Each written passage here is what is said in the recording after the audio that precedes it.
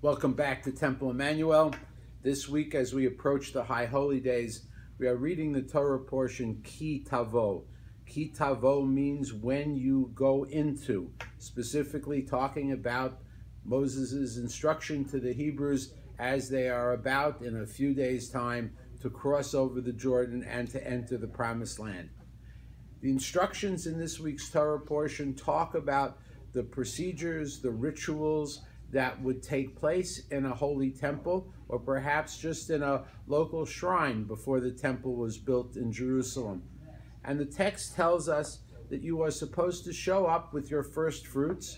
Later on the text talks about tithing, but here it talks about the first fruits that you are to bring into the temple in a tenna, in a basket, which is where we get the tradition of having a little woven basket hold together the lulav, the aravot, and the hadas on Sukkot, and it reminds us of the basket that our ancestors brought to the temple. But going back to the text, we're supposed to show up with a basket, bring the basket, hand the basket of fruit to the Kohen, whoever is on duty, and we're supposed to recite the following, and this is the first liturgy that we actually know about. You're supposed to humble yourself. It's an interesting concept. The idea is that you don't show up with your offering to show what a big deal you are, but you're showing up with first fruits. Everybody's got first fruits of their trees, whether they are rich or poor, and you're supposed to say, Arami oved avi v'yered Mitzrayma. My ancestor was an Aramean. What sense does that make? Well, we don't know if it's referring to Lavan, the Aramean, who tried to snooker our ancestor Jacob, or if it refers to Abraham and Abraham's family.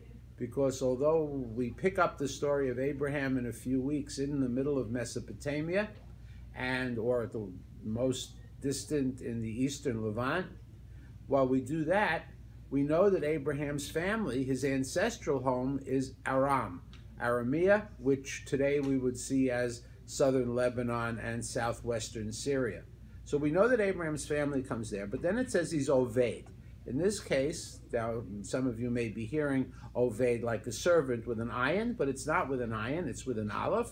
And Oved means something like lost, something like wasted, in the sense of gone, died, or it could mean in Yiddish we would say fablunget, somebody who was just, kind of lost along the way.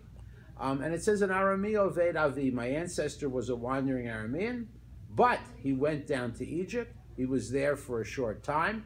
I don't know how the text understands 400 plus years to be a short time. But there he became a great and powerful nation.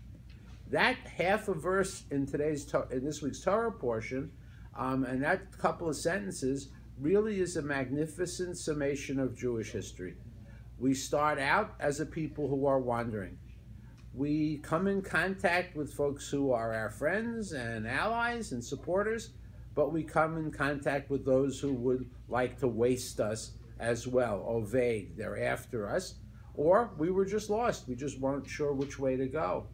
But ultimately we become not a large, but a powerful and a strong people, as we are, fortunately, with the state of Israel existing today.